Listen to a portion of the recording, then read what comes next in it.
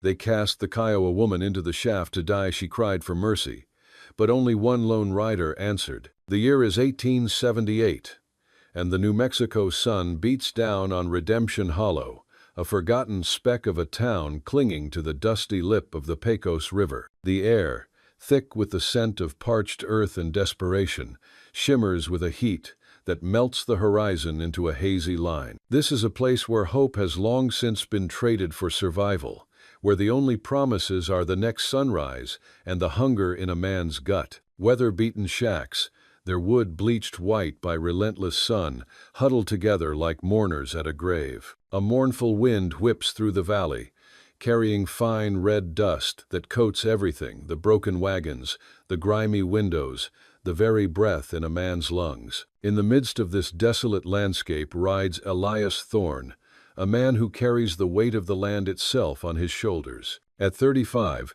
his face is a map of hard-won experience, etched with deep lines of sun and sorrow. A faded canvas duster, frayed at the cuffs and stained with miles of trail dust, hangs from his gaunt frame. He rides with a limp from a bullet that never found its way out of his thigh, a reminder of a past he can't outrun. Elias is a man of few words and fewer attachments.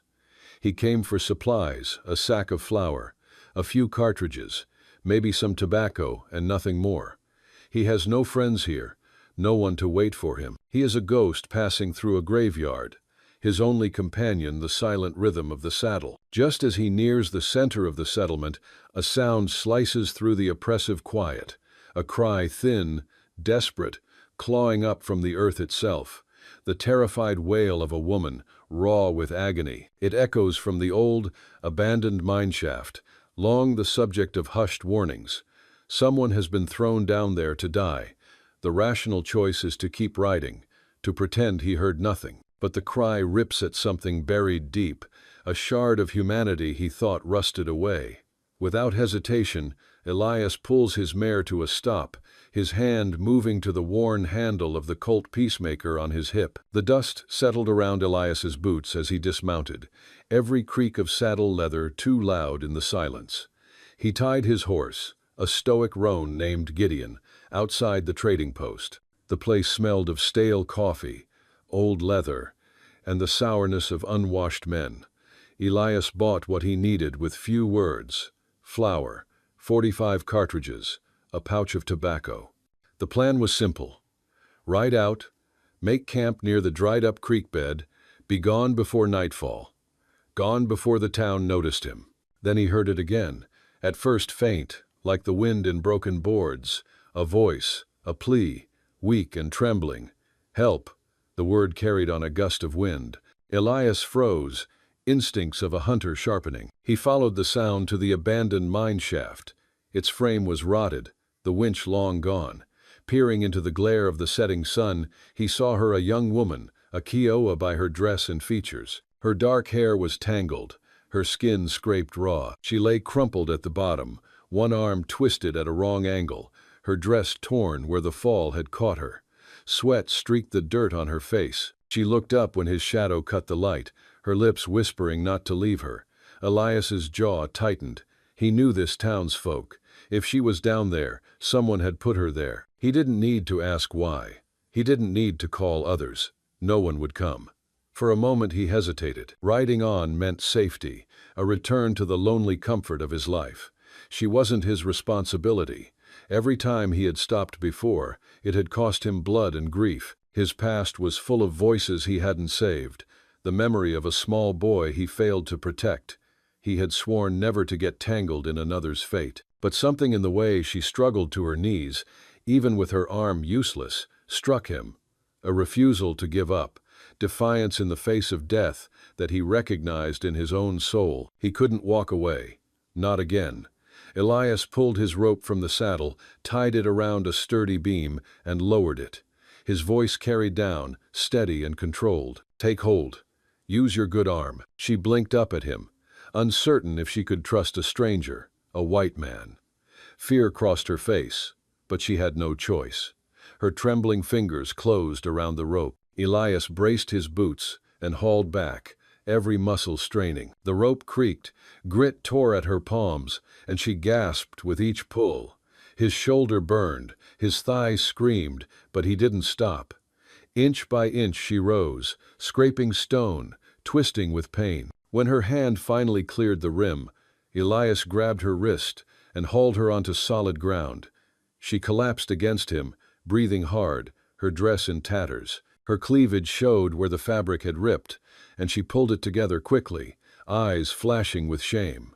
Elias didn't look away. He draped his dust coat over her, steady and firm. She went still beneath it, her chest heaving. She was young, no more than 20, bruised and swelling across the arms, a mark on her cheek. Her eyes, dark and sharp even through pain, met his with defiance and relief. He let out a long breath. The question of leaving her was already gone. He couldn't. Not this time. He hooked an arm under her knees, lifted her carefully despite her wince, and set her across Gideon. His own leg burned with the weight, but he ignored it. She was light, too light. He started leading the horse toward the hills. Elias's thoughts stayed sharp. He didn't know her name or story, but he knew enough. She had been left to die, and no one else had answered her voice. That was reason enough. As the town shrank behind them, he felt the weight of a decision settle in his chest, the kind you couldn't walk back from. He had tied himself to her fate the moment he pulled her from the dark. He had chosen to re-enter a world he tried to leave behind, a world of pain and responsibility. And for the first time in years, the choice didn't feel like a curse. It felt like redemption. If you enjoy the story, hit that subscribe button right away, and if you don't, then just hit the like button anyway to keep more Wild West love stories coming. Elias led Gideon steadily up the dry trail toward the hills, his boots dragging in the dirt with each uneven step. Selah lay slumped across the saddle, clutching his coat around her chest, her injured arm tucked close to her ribs. Her breathing was shallow, every bump drawing a faint wince. The sun dropped lower, throwing long shadows, and Elias knew he had only an hour before night closed in. He had no intention of keeping her near the town where she'd been thrown into that shaft. No one there would care if she lived or died. He glanced at her face, catching her eyes open, sharp with suspicion. She didn't trust him. She shifted slightly away, even as she relied on him. That was natural. He was a stranger, a white man, and those who had hurt her looked like him. Elias's thoughts tightened. He hadn't seen the men at the mine, but he could guess. Drunken hands, quick to hate, accusing her without proof. Easier to blame a Kiowa woman than admit their own faults. He had seen it before, in a dozen towns. He stopped once to check her arm. The joint was swollen, twisted at the elbow in a way that made his stomach turn. She tried to pull away, jaw clenched, but he caught her gaze and spoke low. "It needs binding. You'll lose the use of it if it's left like this." She didn't answer, but she stopped resisting, watching him tie the arm tight with strips of cloth from an old feed sack. His movements were steady, never lingering. By the time they reached his camp, the light thinned into blue and the air cooled. His camp was nothing more than a fire pit, a lean-to of pine branches and a canvas roll. He had always traveled light, a man without roots, and tonight it would have to serve for two. Elias lifted her gently from the horse, setting her down near the fire pit. She was too weak to stand, her good hand clinging to his sleeve before she caught herself and let go. Elias lit the fire quickly, sparks catching on mesquite twigs until flames spread. Shadows revealed the bruise at her temple and raw scrapes along her collarbone. She adjusted the coat to cover her torn dress. Elias said nothing, only placed a tin cup of water in her hand. She drank too fast, water spilling down her chin. "Name?" he asked after a silence. She hesitated, eyes narrowing, then answered rough. "Selah." He nodded. "Elias." Nothing more. He didn't ask her story. Both carried scars, plain enough. She shifted closer to the fire, gaze moving over his rifle, bedroll, supplies. He could almost hear the unspoken question. Why had he helped? He spoke more than usual. "I heard you." That was enough. Her eyes held his for a moment before she looked away. He cooked a small pot of beans and shared half. She ate with her good hand, pride stiffening her movements, though hunger was clear. When finished, she leaned back against the saddle, closing her eyes. She didn't let herself sleep until he settled nearby, rifle across his knees. Elias sat there long after her breathing evened out. He knew what it meant. The men who had thrown her down would not welcome her survival. If they discovered he had saved her, he would be marked too. He could leave her at first light, but his gut told him he wouldn't. The fire burned low when dawn broke, smoke curling above the coals. Elias had not slept more than a few minutes, his rifle still balanced across his lap. Coyotes cried in the distance.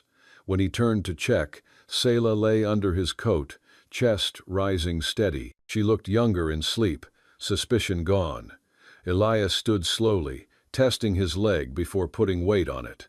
The limp was worse in the morning. He fed branches into the fire, then walked to the creek bed half a mile away to fill the canteen.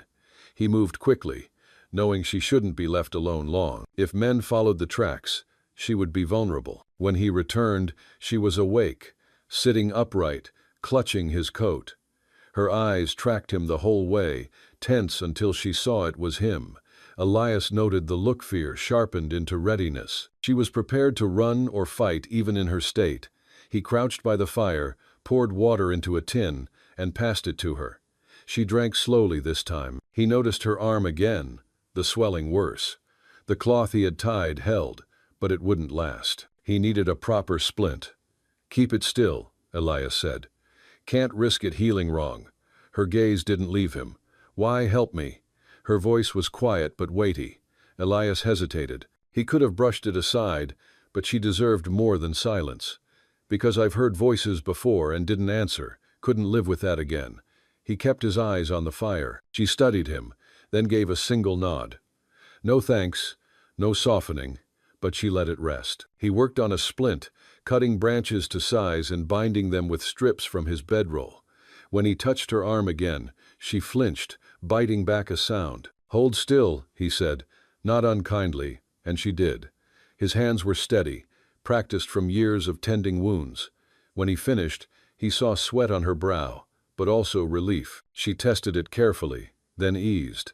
He gave her beans again, and this time she ate slower, eyes on him as if weighing what kind of man he was. Elias said little, but he knew she was studying every move, how he kept his rifle close, how often he scanned the ridge, how his limp didn't stop him from moving like a man ready for trouble. She was weighing him, and he waited for her judgment. If you like Wild West love stories or Wild West stories, drop a bunch of 1 second, and your place in the comments for the Wild West Love channel. Tell me where you're listening from so I don't feel so alone out here. When the meal was done, Selah finally spoke again, her voice firmer now. "They said I stole corn," she muttered, her voice flat. She looked down at her hands as she spoke. "I went to the storeroom to ask for scraps. They refused. That night, sacks were torn. They blamed me." She raised her eyes then, locking on his. "I took nothing." Elias held her stare, knife still in his hand as he whittled a piece of wood. "I believe you." He meant it. He had seen enough false blame laid at her people's feet to know the truth without proof. She seemed startled at his certainty, as though she expected doubt, even from the man who had pulled her from the shaft. She lowered her eyes to the fire, but not before he caught the flicker of something gratitude or perhaps relief. The day stretched on and Elias tended to Gideon, checked his rifle, and set traps near the creek. Selah sat quietly for a long time, then began to move around camp, using her good arm to stack wood and clear stones. He saw the effort it cost her, but he didn't stop her. Work steadied the mind, and he knew she needed to feel something other than helplessness. By late afternoon, the camp looked different. Not much, but enough. A cleared space, a steadier fire, water stored in a pot. She sat down across from him, her hair falling loose around her face, and for the first time, her eyes softened. "You could have left me there," she said, not as a question, but as a statement of fact. Elias gave a short nod. "I didn't." That night, as the fire burned low again, she shifted closer to its heat. The desert chill had settled in. He laid his blanket wide, motioning once. She hesitated, pride holding her back, then sat beside him. They didn't speak, but when her shoulder brushed his arm, Elias didn't move away. He stared into the flames, knowing the decision he had made was no small thing. He hadn't meant to take anyone into his life again. Yet here she was, wrapped in his coat, her breathing steady beside him, and he knew there was no turning back. Morning came, with a gray sky, the air cooler than the day before. Elias rose before the fire had gone out, feeding it with dry wood until flames caught again. He moved slow, his limp more pronounced after sleeping on the ground, but he kept his steps steady. When he turned back, Sela was already awake, sitting upright, the coat still wrapped around her shoulders. She had not slept deeply. He could tell by the tightness around her eyes. She tried to stand, bracing herself on her good arm. Elias saw it before it happened. Her legs buckled, her balance gone. He stepped forward quickly, catching her under the arms before she hit the ground. Her body tensed at his grip, pride stiffening her back, but she didn't push him away. She was too weak. Elias lowered her onto a flat stone near the fire, his expression calm, though inside he felt the knot of worry tighten. "You shouldn't push yet," he said. His tone was firm, but even. She kept her eyes fixed on the fire, jaw set, breathing sharp through her nose. He recognized it, pride cut by humiliation. He had felt it himself too many times after the gunshot in his thigh left him limping for life. He crouched down beside her, speaking quieter. "Your body needs time. Walking now will break you worse." She didn't answer, but her eyes flicked toward him. He saw in them the fight, her refusal to be helpless, her fear of depending on a man she barely knew. To ease the weight of silence, Elias spoke about boiling water in the tin, dropping in strips of dried venison. The smell rose slow, filling the camp with something solid. He placed the cup in her hand when it was ready. "Drink. It'll keep you steady." While she drank, Elias thought of the town again. He'd seen towns where the law bent to the loudest voices. A sheriff might look the other way. Bringing her back would buy her nothing. The law in towns like that served the loudest voices, not the quiet ones. The sheriff, if he knew it all, would look the other way. To them, a Kiowa woman was no more than trouble, an easy scapegoat when grain went missing. That was why Elias hadn't carried her back. He didn't need to test it. He already knew. After the meal, he began checking the traps he had set the day before. Sela tried to rise again, slower this time. Elias watched from the corner of his eye, not moving to stop her. She took 3 careful steps, swaying but holding upright, her good arm gripping a branch she had found for balance.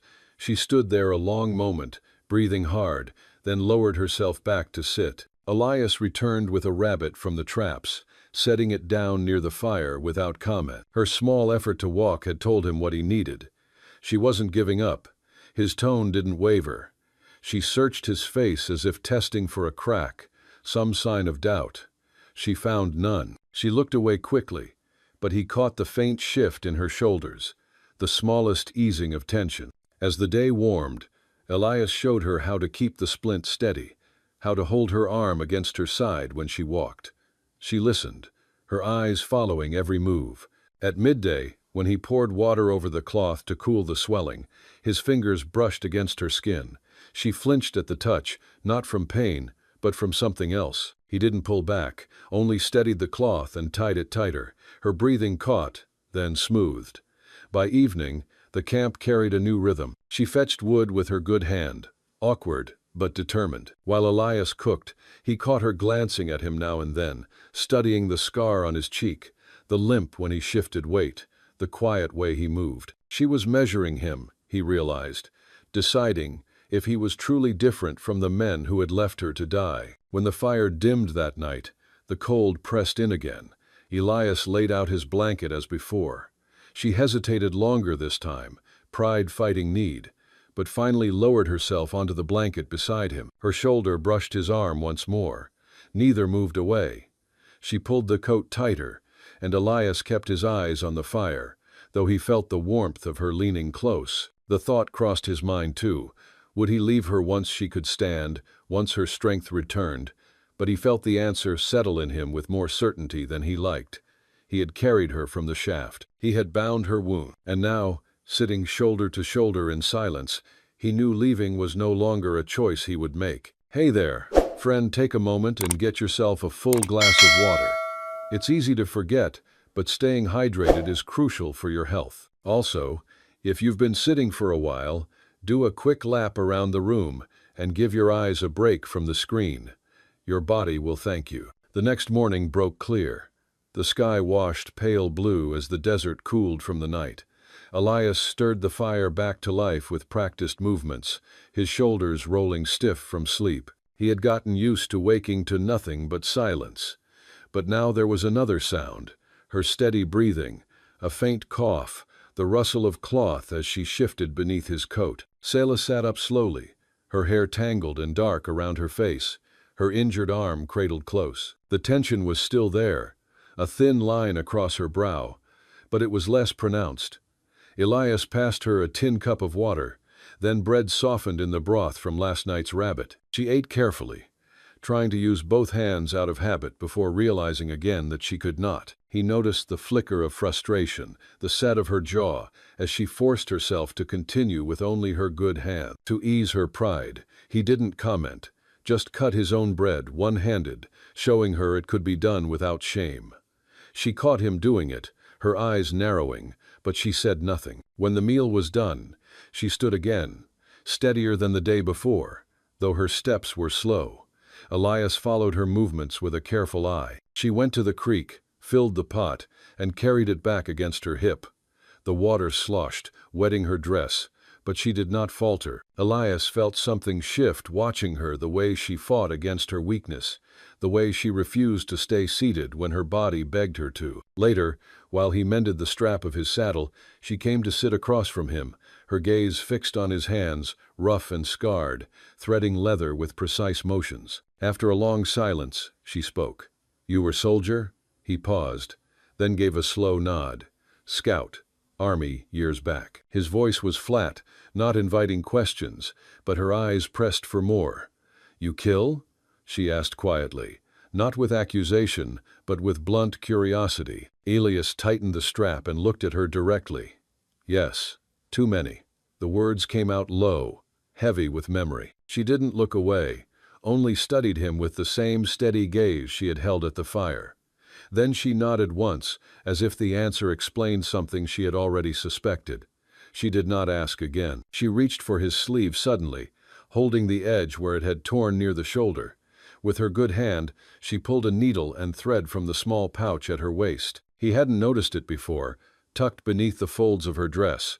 Slowly, awkwardly, with one arm, she began stitching. Her fingers trembled, her motions uneven, but she worked until the cloth held. Elias sat still, watching her concentration, the way she pressed her lip between her teeth as she pulled the thread tight. When she finished, she handed it back without a word. "Good work," Elias said quietly, genuinely. She met his eyes briefly, then looked away, but he caught the faint lift in her expression, a small pride breaking through the exhaustion. Through the afternoon, they worked side by side without planning it. Elias set new traps. She gathered mesquite pods for the fire. He cleaned his rifle. She washed the cooking tin at the creek. Their movements fit together in a rhythm, not through talk, but through watching and responding. Each time she struggled with her arm, Elias moved as if to help, but she shook her head, forcing herself to finish. He let her, understanding she needed to hold on to what strength she had left. That evening, as the fire burned strong, Selah shifted closer than before, her shoulder nearly against his. She hesitated, then placed her hand lightly on his. Her skin was warm, the touch brief at first, then steady. Elias didn't move away. He turned his hands so their palms met, fingers resting against hers.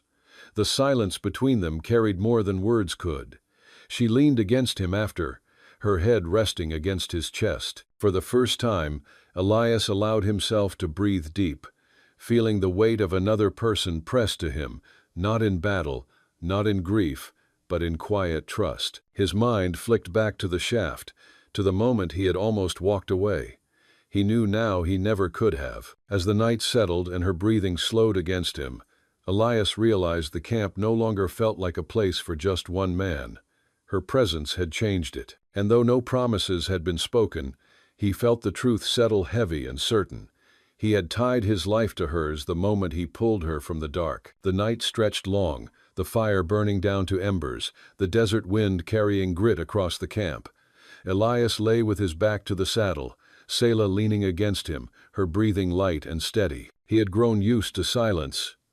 But this was different, the kind that carried warmth instead of emptiness. For years he had known only the weight of his own thoughts, the echo of old battles, the names of men long gone. Now there was another heartbeat close to his, another presence filling the space that had been hollow for too long. When dawn came, the world was hushed, the sky washed pale gold.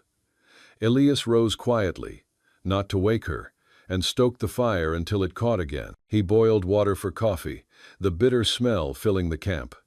He glanced back at her as she stirred awake, her eyes opening slow, weary at first before softening when they settled on him. For the first time, he saw something in her gaze that wasn't just suspicion or guarded pride. It was trust, tentative but real. She shifted, trying to move her splinted arm. A hiss of pain escaped before she caught it. Elias crouched beside her, checking the cloth. "Swelling's gone down some," he said, steady as always. "You'll have use of it again in time." She studied him, her voice quiet. "You know how to heal." "Had to learn," he answered. "Army didn't send doctors into the field. We patched each other up or we died." His words were plain, but she heard the edge beneath them, the years of watching too many not make it. She didn't press him, but her eyes lingered, as if weighing the cost he carried. That day, the rhythm of work began again. Elias checked the traps, skinned another rabbit. Selah insisted on helping more, gathering wood, grinding beans with her good hand. She moved slow, but he let her. Every small task she managed seemed to give her strength. At one point, she stumbled, carrying water back from the creek, nearly dropping the pot. Elias caught it with one hand before it spilled, steadying her with the other. She froze in his grip, their faces close, her breath sharp against his chin. Neither moved for a moment. Then she stepped back, her cheeks flushed, clutching the coat tighter around her. Elias let her go without a word. But the moment stayed. If you're watching on television, don't hesitate, grab your phone and hit subscribe to my channel so you'll never miss out on our amazing characters. By evening, the air cooled again. The sky was streaked with the bruised colors of dusk. Elias sharpened his knife while she sat across from him, sewing another tear in his coat. She worked slow, her head bent, hair falling across her cheek. He watched her longer than he should have, until she lifted her eyes and caught him. For the first time, she didn't look away. When the fire burned low, she shifted beside him again, closer than the nights before. Their shoulders touched, and after a moment, she turned, her face near his. Elias felt her hand brush against his chest, light but deliberate.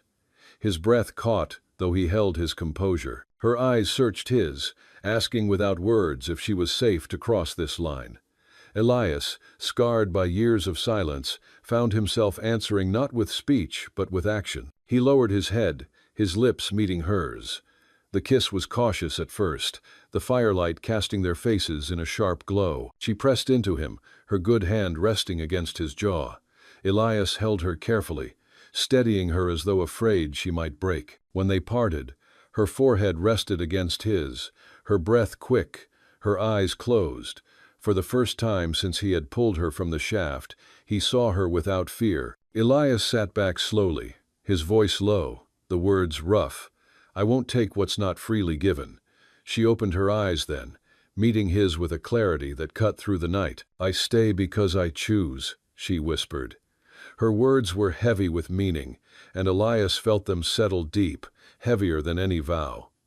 That night, they shared the blanket without hesitation. She curled against him, his arm careful around her waist. The campfire burned slow, the desert quiet beyond, and for the first time in years, Elias let himself rest, without one eye open. The presence beside him no longer a burden, but a promise. The next morning broke with a sharp wind pushing dust across the camp.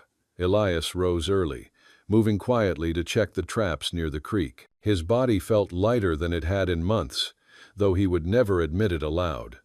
When he returned, Selah was tending the fire, her good hand steady as she stirred a pot of beans. She looked up when she heard his steps, and for the first time, she didn't tense, as if expecting trouble. That change alone told him how far they had come, but peace never lasted long in places like this. By midday, Elias knew they couldn't stay hidden in the hills forever. He needed ammunition, flour, salt, supplies that would force him back into town. Selah saw it too. "You go back," she said quietly as they ate. "They will see me with you. They will hate it." Her voice was flat, but beneath it lay fear, though she tried to hide it. Elias met her gaze across the fire. "If I go back, I won't leave you here alone, and I won't hide you." His tone was calm, but final. He had already made his choice. She looked away, chewing slowly, but he caught the flicker in her eyes, part worry, part something else he couldn't name. By afternoon, Elias saddled Gideon and helped her up carefully, her injured arm cradled against her side. They rode down toward the settlement, the dry road stretching into view. Selah's body tensed as the first buildings came into sight, the memory of being dragged to the shaft still too fresh. Elias kept his hand near the rifle slung across his back, his jaw set. When they reached the trading post, the voices fell quiet. Men standing outside shifted, their eyes cutting toward Selah, then toward Elias. One spat into the dust, another muttered something about witch blood. Elias ignored them, tying the horse and leading her inside. He bought flour, cartridges, and coffee without haggling, his tone short but steady. Selah stayed close, her eyes low, but her posture straight. When they stepped out, 3 men blocked the way, faces he recognized from the mine shaft's edge the night he found her. Their expressions were tight, mouths curled in contempt. The tallest stepped forward, his hand resting near the grip of his revolver. "You took what wasn't yours," he said, nodding toward Selah. "Best turn her loose before more trouble comes. If you've made it this far, I know you're a true fan of WWL. From the bottom of my heart, I wish your day is filled with health and happiness, and may a little stroke of luck find you in the next 15 minutes. Don't forget to share it with me in the comments." Elias felt the old heat rise in his chest, the kind he had fought to bury. He shifted, bringing his stance square, his limp hidden by the weight of his posture. His voice carried low but sharp. "I pulled her from the shaft because leaving her there was murder. She stays with me now. Anyone with a quarrel can speak plain." The street went silent. The man's eyes flicked to Elias's rifle, then to the steadiness in his face. For a moment tension stretched like a drawn bow, then the man spat and stepped back. The others followed, muttering, but not drawing steel. Elias didn't move until they turned away. Selah's hand gripped his coat as they mounted the horse, her eyes fixed on the ground. He didn't need her words to know shame from being accused, fear of what might still come. He covered her hand briefly with his own, grounding her without words. They rode back into the hills, but Elias knew the matter wasn't settled. The men hadn't forgotten, and the town would whisper louder now. Back at camp, Selah sat long by the fire.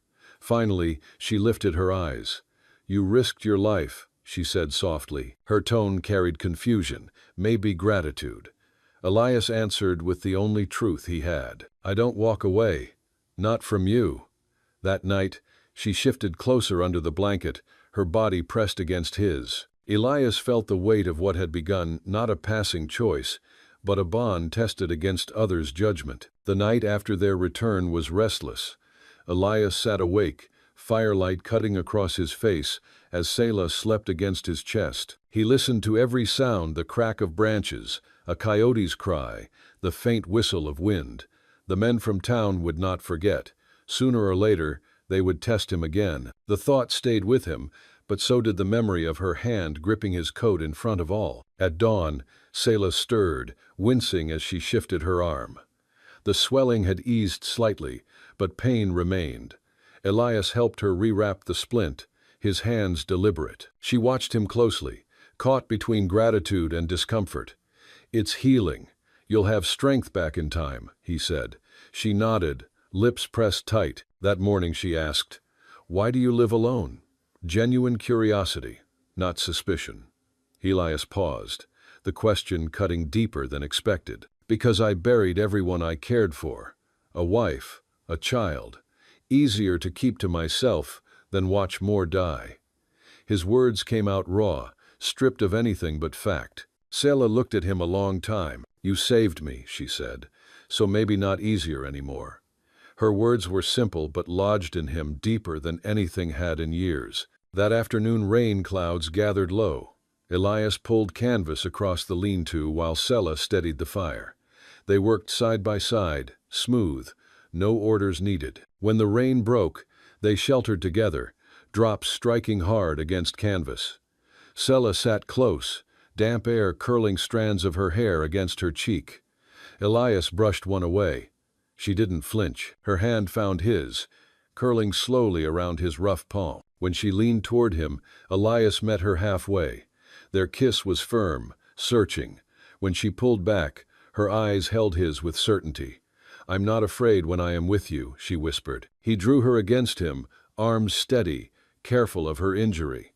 They stayed like that until the storm passed, the desert washed clean. That night, fire burning strong, Selah spoke in fragments about her people raids that scattered them, hunger that drove her to the town that betrayed her. Elias listened, not pressing, only offering presence.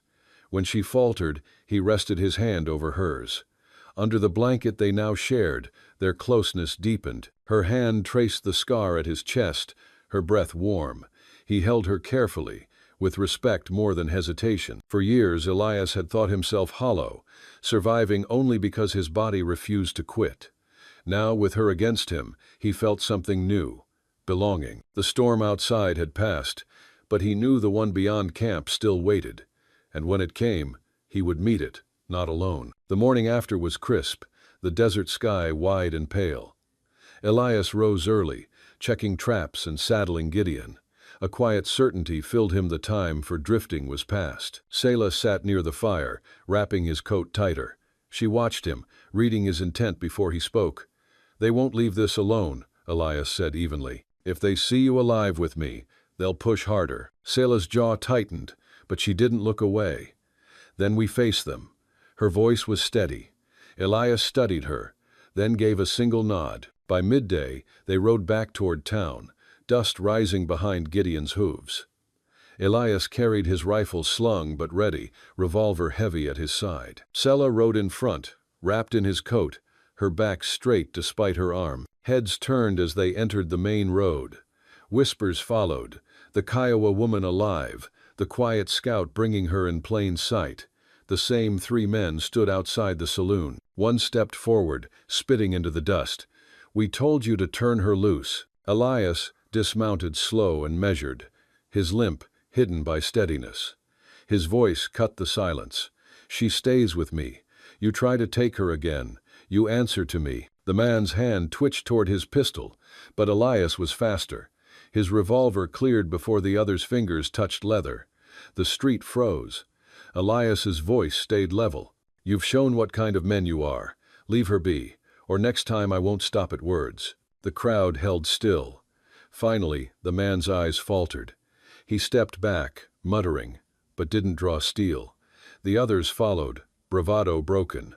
Slowly, the town resumed its noise. Elias holstered his revolver, then offered his hand to Selah as she slid down from the saddle. In that look, something unspoken passed between them. What had begun as survival was becoming something more. They finished their business quickly, ignoring the stares. When they left, no one stopped them. The road back to the hills felt freer, as though judgment had been pushed aside. Back at camp, Elias began to cut logs, stacking them carefully. Selah watched, puzzled, until he spoke. This place was meant for passing through, but I'm done drifting. I want it to be ours. Her eyes widened, then softened. She rested her hand over his. You saved me from the shaft, she said quietly. Now you give me a place. Elias nodded, his voice rough. Not just a place, a life. That evening, as the sun dropped behind the ridges, they sat together near the fire, their shoulders touching, her head against his chest. There were no crowds, no whispers, no men waiting to strike, only the steady rhythm of two people who had chosen to stay. For Elias, it was the first time in years the silence felt whole instead of empty. For Selah, it was the first time she belonged without fear. The shaft had been meant to bury her,